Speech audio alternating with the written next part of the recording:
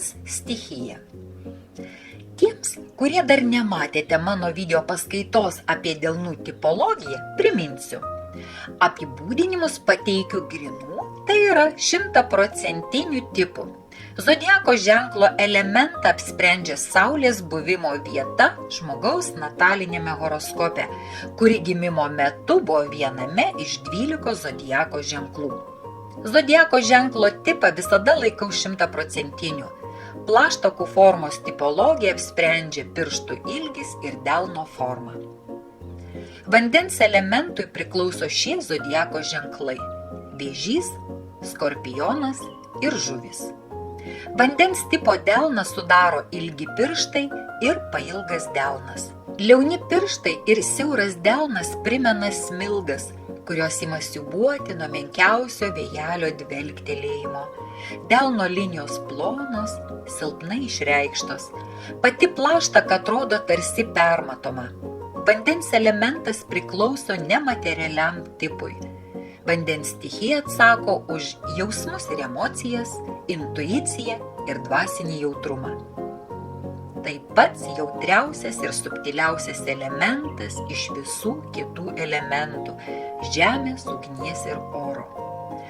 Vandens elementui priklausantys žmonės yra be galo ir be krašto jautrūs, apdovanoti stipriai intuicija ir subtiliu pasaulio pajautimu. Jie kaip lakmuso popierėliai reaguoja į pasakytą žodį, žvilgsnį ar veido išraišką. Jie nuolat skaito tarp eilučių, ieško užslėptos prasmės ir viską košia per savo jautres nervų viršūnėles. Grynas, tai yra 100% vandens tipas, yra labai retas reiškinys. Bent jau mūsų krašte tai tikrai. Per visą savo darbo laiką esu sutikusi vos kelis šio tipo egzempliorius. Ir tai dalis jų buvo šventuose paveiksluose. Vandens elementas turi 3 būvius – skystą, ledą ir garus.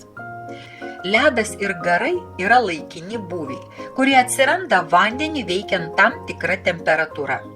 Skystas vanduo yra tikrasis vandens būvis, kuris simbolizuoja adaptabilumą, prisitaikymą ir laidumą. Garai yra laikinas būvis, kuris asocijuojamas su pakitusia sąmonės būsena. Pakitusi sąmonės būsena gali būti medituojant, transe ar apsvaigus alkoholiu, narkotikais ar vaistais. Iš šio būvio žmogus sugrįžta pats arba tenka kondensuoti per prievartą, kad sąmonė vėl sugrįžtų į normalų skystą būvį. Tai yra vandenį. Ledas yra kitas kraštutinumas, kuris sustingdo jausmus ir emocijas. Ledo būvyje, supraskite tai perkeltinė žodžio prasme, esanti žmogaus sąmonė bus kieta, dalykiška ir šalta. Ledas gali išlaikyti didelį krūvį ir svorį, tačiau reikia nepamiršti, jog ledas nėra akmuo. Jis gali skilti, lūžti ir trupėti. O dabar šį alegorinį vandens apibūdinimą perkelsiu į žmogaus pasaulį. Vandens elementas žmogui suteikia ypatingą pasaulio išjautimą, atjautą gyvybei ir tikėjimą visa dvasinė erdvė.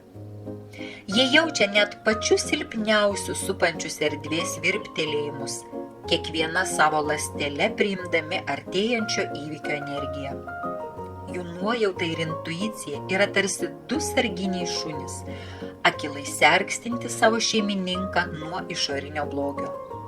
Jie laiku perspėja apie nemalonumus ar nelaimės, kad jų žmogus spėtų atsitraukti į saugią vietą.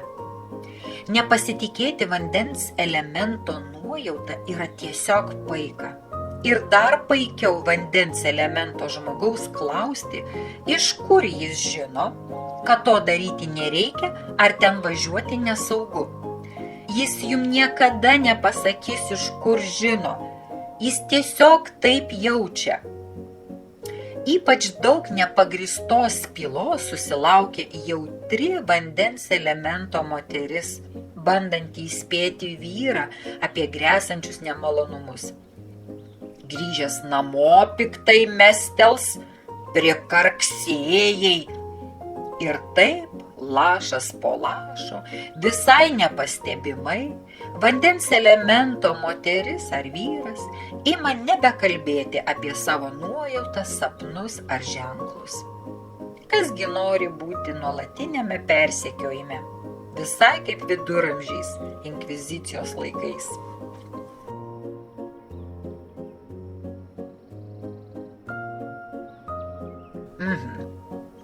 Šiek tiek nugrimzdau ne į tą gylį. Grįžtu prie vandens būvių.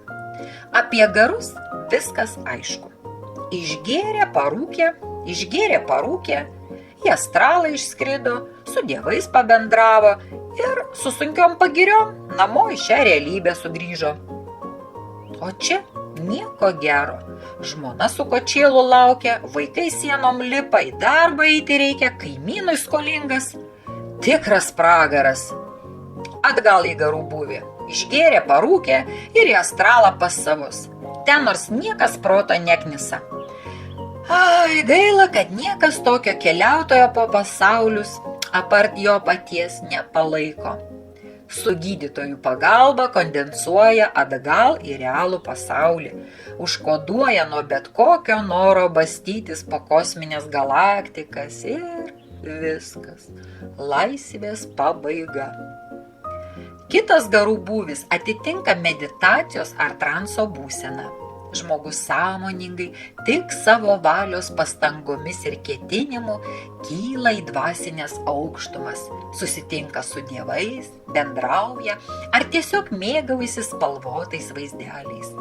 Po to, gongui suskambus, grįžta į savo realybę, į čia ir dabar, pailsėjęs, pasisėmęs pozityvo ir beveik šventas. Ledas yra visiška priešingybė garams. Šis būvis vandens elemento žmogų daro ribotą, nepatiklų, atsargų, šaltą ir reiklų. Kai kada net žiaurų. Net nupurtė apie tai pagalvojus. Santykiuose tiek vandens elemento vyrai, tiek moteris su savo namiškiais elgiasi griežtai, prisigalvoja visokių taisyklių ar bausmių. Investuoja ne į švelnumą ir apkabinimus. Beje, vandens elemento žmonės yra kinestetikai, jiems gyvybiškai reikia apsikabinimų. O į primityvius buitinius poreikius – pamaitintas, nupraustas, į mokyklą pristatytas. Ačiū Dievui, kad tai laikinas būvis. Ir laikui bėgant ledas ima tirpti, tešti, kol pagaliau vėl pavirsta vandeniu. Gaila, kad ši transformacija įvyksta senatvėje, kai traukinys su vaikais ir vaikaičiais seniai išvažiavo nenustatyta kryptimi į Londoną. O senatvė taip norisi rūpesčio, atjautos, gerų žodžio, o jų nėra. O ir iš kur jiems būti? Ką pasėsi, tą ir pjausi. O vandens žmogus be meilės nekrust. Tai kad pasaka nesibaigtų liūdnai, kaip tai seniai prie sukiužusios geldos, iš ledo būvio reikia kuo greičiau mauti lauk. Nes nėr geriau, kaip taškytis gaiviuose vandens pursluose, sukuriant aplink save meilės, darnos ir harmonijos atmosferą. Dar šiek tiek informacijos apie vandens elemento ypatumus. Kaip jau minėjau, tai pats jautriausias tipas – gamtos ir Dievo apdovanotas puikia intuicija ir nuojauta. Deja, bet komplektuojant vandens elementą buvo pamiršta įdėti apsauginius kiautus – atsargumą ir nepatiklumą. Užtat vaikiško naivumo pripylė iki kaklo. Ir kas iš viso to gavosi? Ogi labai mielas, žaismingas ir kūrybingas žmogeliukas, į pasaulį žvelgiantis didelėmis, naivumo ir susižavėjimo kupinomis vaiko akimis. Tik Dievas nepagalvojo, jog šį savo kūrinį nuleidžia į žemę. O čia jau visai kitokios žaidimo taisyklės. Ir šiam naiviai trapiam kūriniui reikalingas tvirtas ir kietas užnugaris. Kągi, mėly vandens elemento žmogeliukai, ieškokite kieto ir tvirto užnugario, kad galėtumėte saugiai praeiti šio įsikūnymo labirintus. Vis kažkaip nukrypstu nuo kurso. Čia taip mane vandens energija įtakoja, nuplukdo mintis į šalį. Dar keli žodžiai apie apsaugą. Kaip minėjau, vandens elemento žmonių pagrindinė apsauga – intuicija. Ir tik ji padės išvengti nesaugių situacijų ar blogų žmonių. Pajutote, kad kažkas ne taip, nepatinka vieta, aplinka ar žmonės ir tepkite slides iš ten. Nes priešingų atveju liksite energetiškai nuskalpuoti ar dar blogiau. Taigi, reziumuoju. Jūsų jautrumas yra jūsų apsauga ir jūsų ginklas.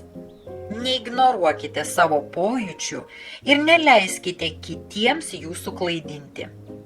Tai, ką jaučiate, yra tiesa. Ir taškas. Vandens elemento žmonių maistas kabutėse yra įvairiaspalvės emocijos ir jausmai. Jie kiekvieną dieną turi gauti dozę skanių ir sveikų emocijų, kad patys atiduotų perdirbtą pozityvią energiją per kūrybą, meną, muziką, poeziją, psichologiją, dvasinės įžvalgas ir meilę.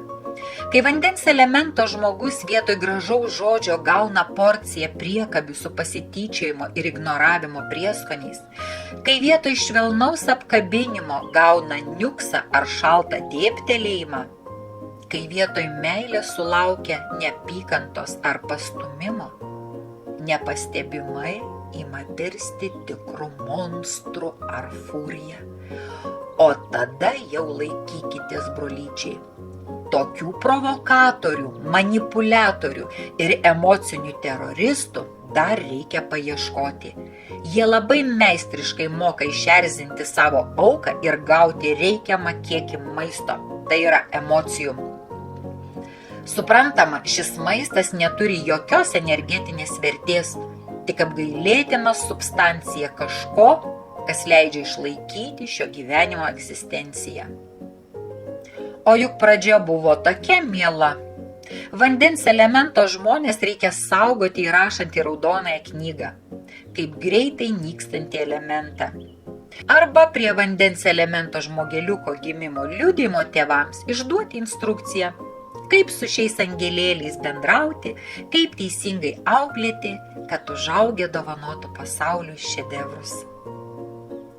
Gyvenimo pamoka.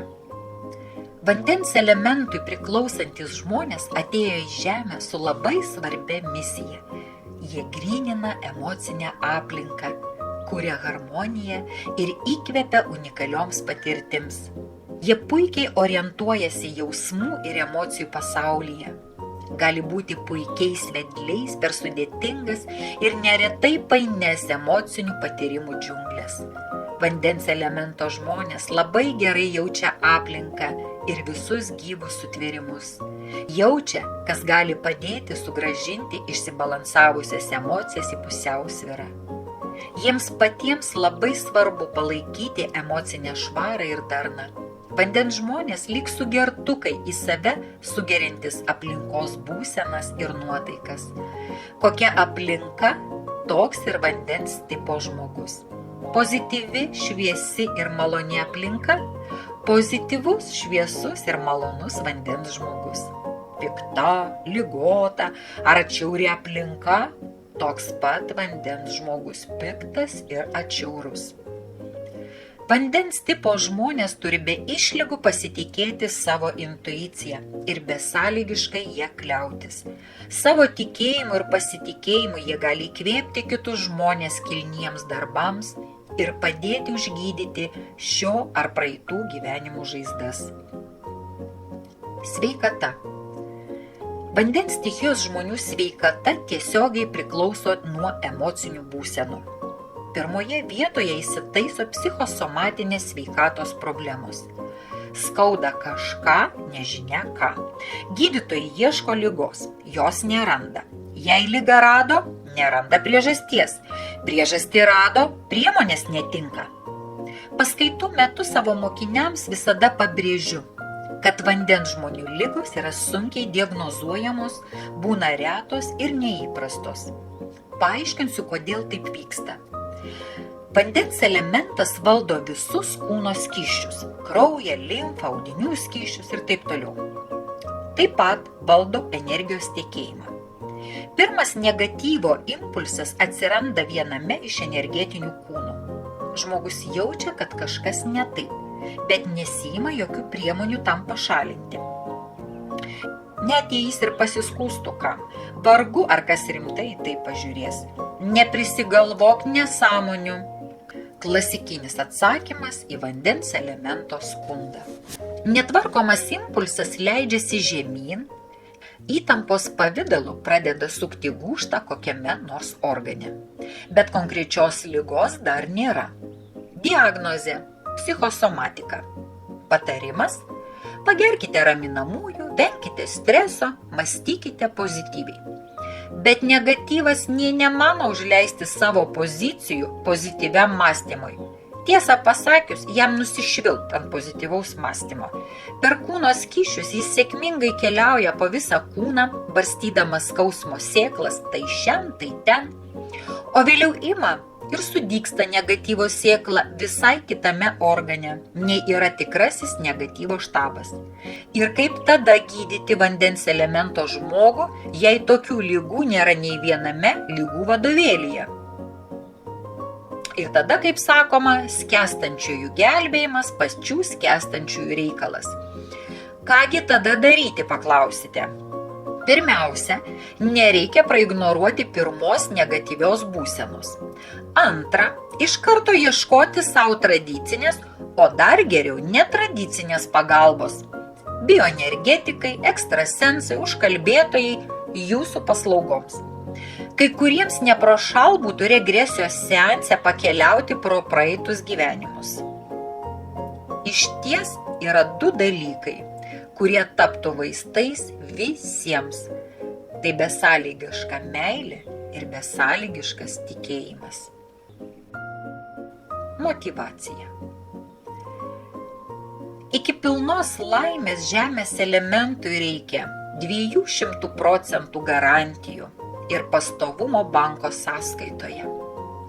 Ugnies elementui žirgo, vėjo ir pergalės maršo jo sutiktuvių proga.